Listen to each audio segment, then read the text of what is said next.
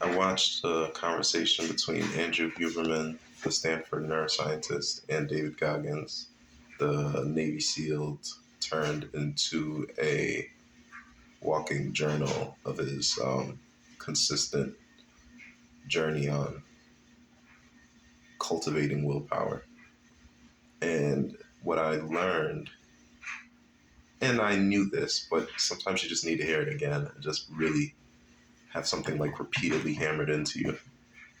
One of the things made clear in this is Andrew Huberman was studying some part of the mid cortex, mid amygdala, whatever, it doesn't matter.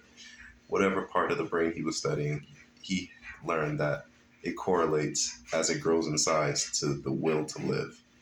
And therefore, people who develop this will to live are people who are capable of consistently doing things they dislike. Andrew Huberman also differentiated from doing things you dislike from things that are good for you that most people dislike. For example, with me specifically, I have finally reached a point in my adult life where I like going to the gym. I've swapped out smoking weed completely with going to the gym. I haven't smoked weed in several months, and I've gone to the gym almost every day over those last several months. Most people don't like being physically active.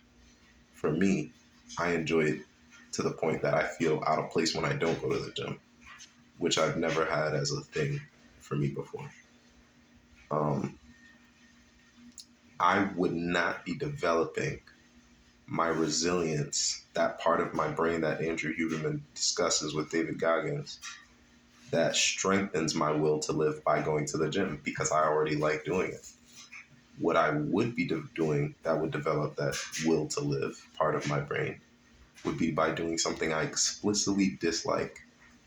So I enjoy the sauna. I enjoy exercise. That wouldn't do it. I dislike ice cold baths. I do not want to learn programming, but I have a desire to do it, well, a need to do it more than a desire.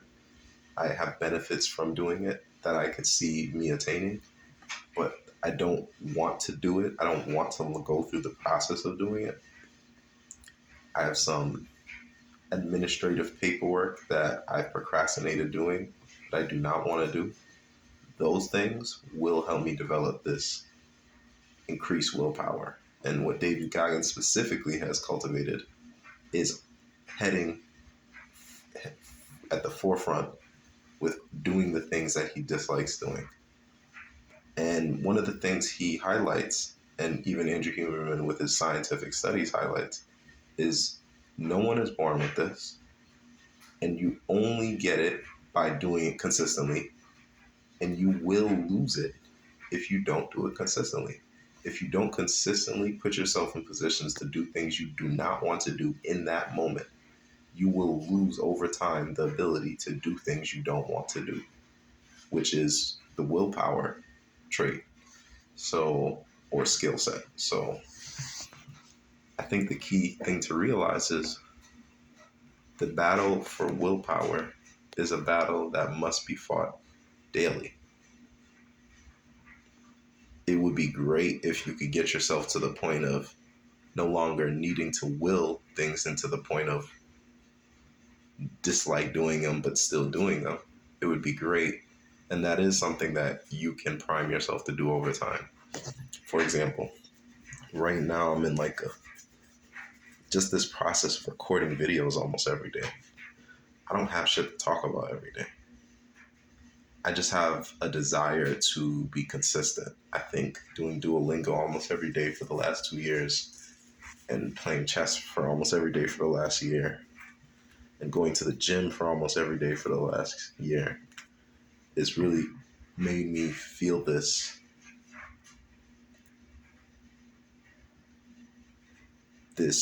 desire, this unyielding need to be consistent with things once I start them, especially if I determine there's some benefit for me from them. And so now with creating these videos, I just want to keep going. I don't really want to stop, even though I don't really want to do it. And that's kind of why I've made the process as simple as possible. That's why the production is pretty low. It's just off my phone and a quick thumbnail that I edit in seconds.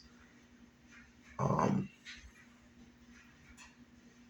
yeah, I think the key of this whole conversation is this willpower has to be developed every day or you will lose it.